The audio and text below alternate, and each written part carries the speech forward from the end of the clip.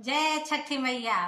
तो आज हम दूसरा वीडियो बना रहे हैं खरना पर। इससे पहले तो हम बनाए हैं नहा खा पर, तो सोचे खरना पर भी बना देते हैं अपने आगे वाले जनरेशन को, कि धीरे धीरे वो लोग भी बहुत जानकारी इसी वीडियो से प्राप्त कर लेगा जिसको करना होगा। क्योंकि आजकल के बच्चे तो बिजी हो जाते हैं, उतना गौर से देख नहीं पाते हैं। तो हम सोचे क्यों ना एक अपने आगे वाले जनरेशन के लिए एक छोटा सा वीडियो बनाते जाएं हर दिन का। तो आज हम खरना का वीडियो बना रहे हैं। तो खरना में हम लोग का है कि सुबह ही उस दिन उठ जाते हैं। उस दिन उठने के बाद झाड़ू पोछा जो होना है करता ही आदमी। दिनचर्या करने के बाद उसके बाद फिर हम लोग काम में लग जाते हैं, नहा लेते हैं सुबह में। फिर उसके बाद में जो छठ का पूजा पाठ का सामान लाना हुआ करना हुआ, बाजार का तो करते ही हैं। फिर उसके बाद 2 बजते बजते हम लोग आम का दतुअन से मुंह धोते हैं। और उसके बाद ये ब्रश से नहीं करना रहता है, तो आम के दतुअन से ही हम लोग ब्रश करते हैं। उसके बाद गंगा जी, जिसको हुआ गंगा जी जाता है, जिसको घर में व्यवस्था है, कुआं पे व्यवस्था है, जिसको जहाँ हो रहा है अपना नहाता है।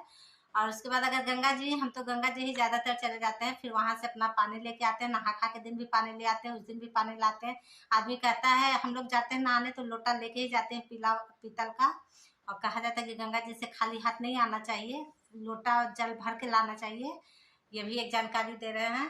तो पानी लेके आते हैं वहां, तो पूजा पाठ अपना गंगा मैया का कर ही लेते हैं। फिर घर आने के बाद अपना लोटा रखते हैं। फिर उसके बाद बच्चे जो भी हुए पैर रंग देते हैं अलता से। हम लोग का बहुत जरूरी रहता है पैर रंगना भी, महावर जिसको कहते हैं, अलता कहते हैं। तो उसके बाद फिर हम लोग खरना की तैयारी में लग जाते हैं। उस दिन खीर बनता है, गुड़ वाला, गाय के दूध में बनता है। और दोस्ती रोटी हम लोग को बिहार में बोला जाता है। 2 लोई करके बीच में घी लगा के चिपका के फिर उसको बेला जाता है। और फिर सेकने के बाद उसको अलग अलग करके फिर मोड़ मोड़ के हम लोग रख देते हैं एक साइड। और उसके बाद जब सब चीज बन जाता है, उस दिन केला भी जरूर रहता है। तो फिर हम लोग पूजा के अंदर, पूजा रूम में चले जाते हैं। सारा प्रसाद, जितने लोग व्रत रहते हैं उतने थाली में फिर प्रसाद लगेगा। 2-2 केला, 4-4 केला, जिसको जैसा है अपना केला फिर उसमें जरूरी रहता है, केला रखाता है फल में।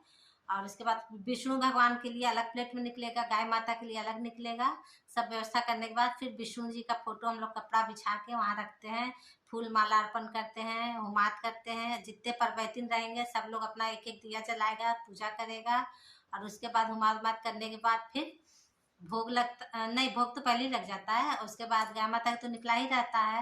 और फिर अपने अपने थाली से थोड़ा थोड़ा निकाल के फिर हम लोग उसमें रखते हैं, ऐसे अचवन करते हैं, गोर लागते हैं। उसके बाद हम लोग खाना स्टार्ट कर देते हैं। और उस समय खाने के दरमियान कोई नहीं बोलता है, कोई नहीं बोलेगा। ना परवैतिन आपस में बोलेगी या ना बाहर वाले परवैतिन से बोलेंगे। चुपचाप खाना है। और उसके दरमियान एक और रहता है कि अगर खाते हुए खीर में या कहीं आपको कंकड़ मिल गया या कुछ कड़ा चीज जैसे दांत के नीचे पड़ गया कंकड़, तो आपको वहीं पर खाना रोक देना है, फिर नहीं खाना रहता है।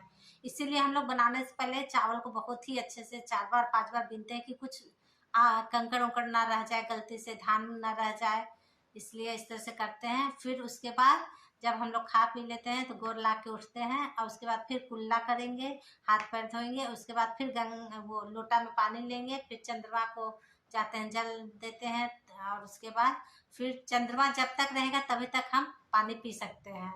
और उसके बाद नहीं, अगर चंद्रमा डूब गए तो फिर उसके बाद आपको पानी नहीं पीना है। चंद्रमा जब तक है तब तक आप पानी पी सकती हैं।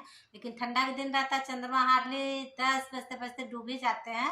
इसलिए हम लोग उसी टाइम के हिसाब से चलते हैं, तो उसके अनुसार ही काम करते हैं। और फिर तो नेक्स्ट दिन का अलग ही विधि विधान रहता है, उसका वीडियो हम आपको बना के भेज डालेंगे ही। और बोलिए जय छठी मैया।